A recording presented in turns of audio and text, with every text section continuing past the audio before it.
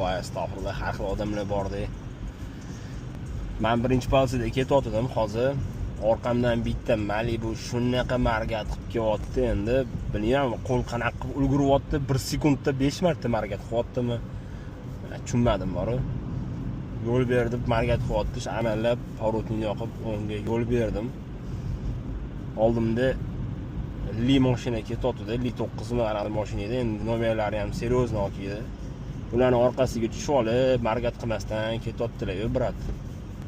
Shu aqllari menga yetibdi-da margat qilishga, endi ularga kelganda jimmi yoqib olib ketyaptilar, margat ham qilmadi. Bilmayman, indamasdan ketdilar-da, keyin sraz pavrotni yoqib o'ngga tashab yonlaridan o'tib ketyaptilar-da. Lida yurgan odam biza odam emasmizda o'shanda. Bilib bo'lmaydi-yu, bu mashinaning ichida kim o'tiribdi, u Lining ichida kim bor. Sen bilmaysan-u, Gentrada yurgan bo'lsa ham, Matizda yurgan bo'lsa ham seriozli odam bo'lishi mumkin. Raz menga margat qilishga aqling yetyapti, unga ham qil, yebrosing, qilsing. Va shunaqa odamlar bor-da, mana bittasi ham nimadirlar qilib ketyapti endi, ko'tiga taqib olib, bunaqa qilmaydi, sekin yurish kerak, ehtiyot bo'linglar, temir bu, temir. Mana.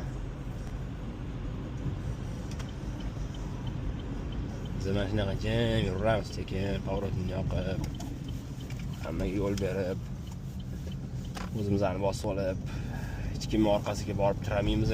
Qochman, kelyapman deb.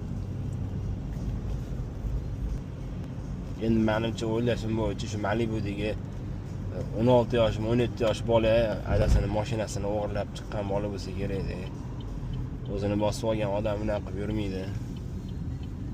Sabr qilib sekin yuradi yoki ras shoshayotgan bo'lsa ham orqaga tushib olib marga qilib tashlamaydi-da. Aylanib o'tib ketaveradi. Mayli, insof bersin hammaga.